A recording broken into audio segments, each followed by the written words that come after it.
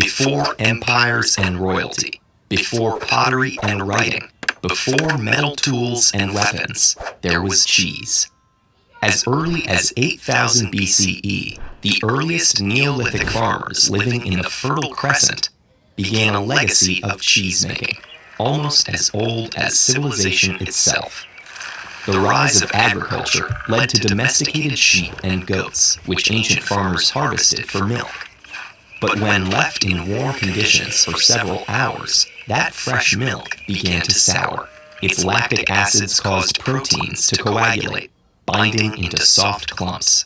Upon discovering this strange transformation, the farmers drained the remaining liquid, later named whey, and found the yellowish globs could be eaten fresh as a soft, spreadable meal. These clumps, or curds, became the building blocks of cheese, which would eventually be aged, pressed, ripened, and whizzed into a diverse cornucopia of dairy delights. The discovery of cheese gave Neolithic people an enormous survival advantage. Milk was rich with essential proteins, fats, and minerals, but it also contained high quantities of lactose, a sugar which is difficult to process for many ancient and modern stomachs. Cheese, however, could provide all of milk's advantages with much less lactose, and since it could be preserved and stockpiled, these essential nutrients could be eaten throughout scarce famines and long winters. Some 7th millennium BCE pottery fragments found in Turkey still contain telltale residues of the cheese and butter they held. By the end of the Bronze Age, cheese was a standard commodity in maritime trade throughout the eastern Mediterranean. In the densely populated city-states of Mesopotamia, cheese became a staple of culinary and religious life. Some of the earliest known writing includes administrative records of cheese quotas, listing a variety of cheeses for different rituals and populations across Mesopotamia. Records from nearby civilizations in Turkey also reference rennet. This animal byproduct, produced in the stomachs of certain mammals, can accelerate and control coagulation.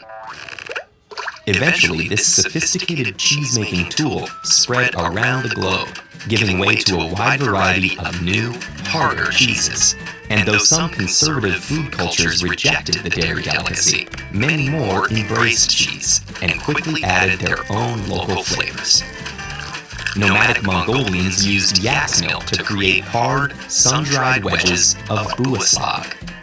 Egyptians enjoyed goat's milk cottage cheese, straining the whey with reed mats.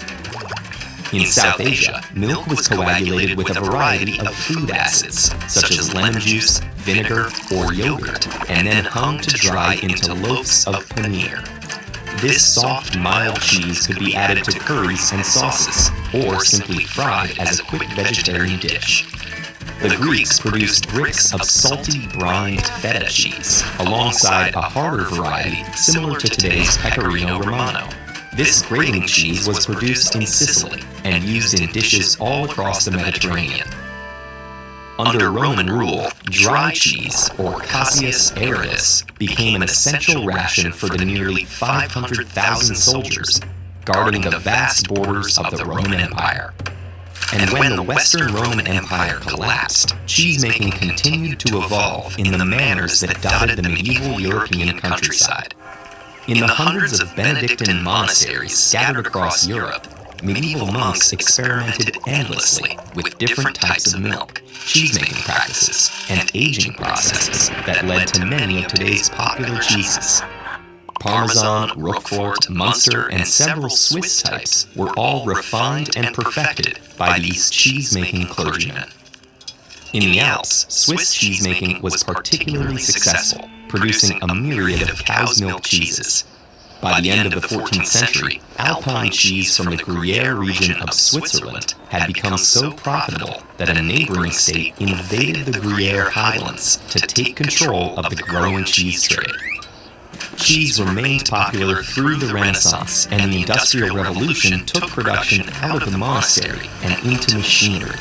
Today, the world produces roughly 22 billion kilograms of cheese a year, shipped and consumed around the globe. But 10,000 years after its invention, local farms are still following in the footsteps of their Neolithic ancestors, handcrafting one of humanity's oldest and favorite foods. Find out how Swiss cheese